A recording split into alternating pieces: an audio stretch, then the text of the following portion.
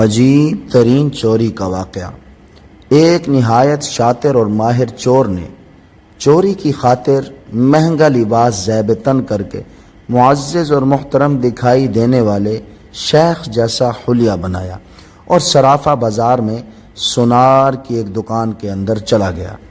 Sonar نے جب اپنی دکان میں وضع قطع سے نہایت ہی رئیس اور محترم دکھائی دینے والے شیخ کو دیکھا جس کا نورانی چہرہ چمک رہا تھا، تو سونار کو ایسا لگا جیسے اس کی دکان کے بھاگ جاگ اٹھے ہوں۔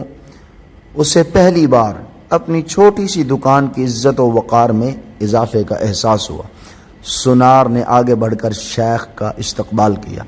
شیخ کے بحروپ میں چور نے کہا، آپ سے آج خریداری تو ضرور ہوگی، مگر اس سے پہلے بتائیں کیا آپ کے لیے ممکن ہے کہ آپ اپنی سخاوت سے ہمارے ساتھ مسجد بنانے میں حصہ ڈالیں؟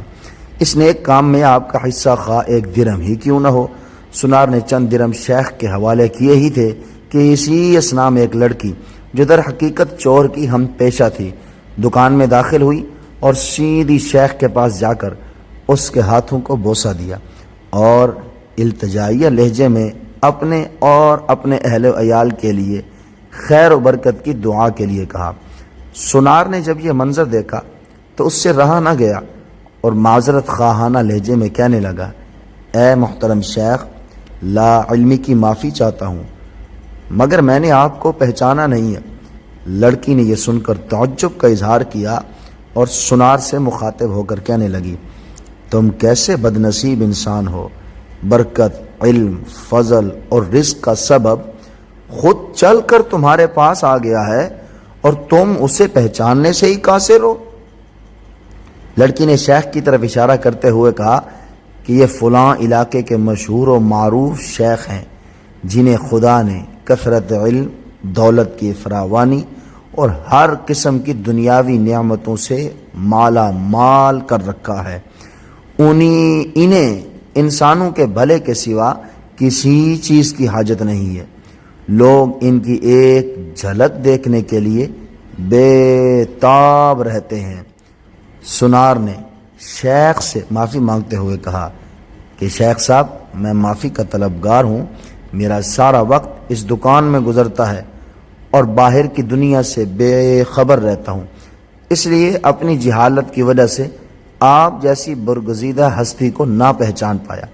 شیخ نے سونار سے کہا، کوئی بات نہیں، انسان خطا کا پتلا ہے اور غلطی پر نادم ہونے والا شخص خدا کو بہت پسند ہے۔ تم ایسا کرو، ابھی میرا یہ رومال لے لو اور 7 دن اس سے اپنا چہرہ پوچھتے رہو۔ 7 دنوں کے بعد یہ رومال تمہارے لیے ایسی برکت اور ایسا رزق لے آئے گا جہاں سے تمہیں توقع بھی نہ ہوگی۔ جوہری نے پورے ادب و احترام کے ساتھ رومال لیا، اسے بوسہ دیا، آنکھوں کو لگایا اور اپنا چہرہ پوچھا، تو ایسا کرتے ہی وہ بے ہوش ہو کر گرا۔ اس کے گرتے ہی شیخ اور اس کی دوست لڑکی نے سونار کی دکان کو لوٹا اور وہاں سے فوراً رفو چکر ہو گئے۔ اس واقعے کو جب 4 سال گزر گئے اور سونار رو دھو کر اپنا نقصان بھول چکا تھا، تو 4 سال کے بعد پولیس کی وردی میں بلبوس 2 اہلکار سونار کی دکان پر آئے۔ ان کے ساتھ وہی چور شیخ تھا جس کو ہتھکڑیاں لگی ہوئی تھیں۔ سونار نے اسے دیکھتے ہی پہچان لیا۔ ایک پولیس والا سونار کے پاس آ کر پوچھنے لگا، کیا آپ اس چور کو جانتے ہیں؟ کیونکہ آپ کی گواہی سے ہی قاضی اسے سزا سنا سکتا ہے۔ سونار نے کہا، کیوں نہیں، اس نے فلاں فلاں طریقہ واردات سے مجھے بے ہوش کر کے میری دکان لوٹ لی تھی۔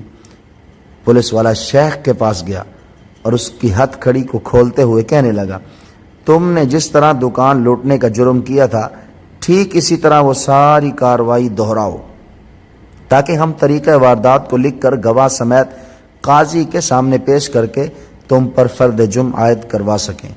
شیخ نے بتایا کہ میں اس طرح داخل ہوا اور یہ کہا، اور میری مددگار لڑکی آئی، اس نے فلاں فلاں بات کی، پھر میں نے رومال نکال کر دکاندار کو دیا۔ پولیس والے نے جیب سے ایک رومال نکال کر شیخ کو تھمایا۔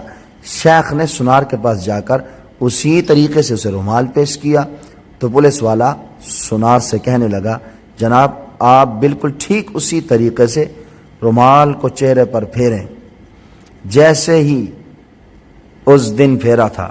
سنار نے ایسا ہی کیا اور پھر وہ بے ہوش ہو کے گر گیا۔ شیخ نے اپنے دوستوں کی مدد سے دوبارہ دکان لوٹ لی جنہوں نے پولیس والوں کا بھیس بدل رکھا تھا۔ آج ہمارے ملک کا بھی بالکل یہی حال ہے۔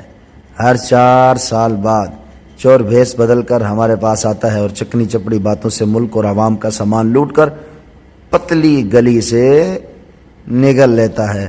ہر دفعہ ایک نیا منظر، نیا لباس، نیا روپ، نئی شکل، نیا حربہ جس سے عوام دھوکہ کھا کر اعتبار کرتی ہے اور آخر میں نکلتا ہے وہی چور،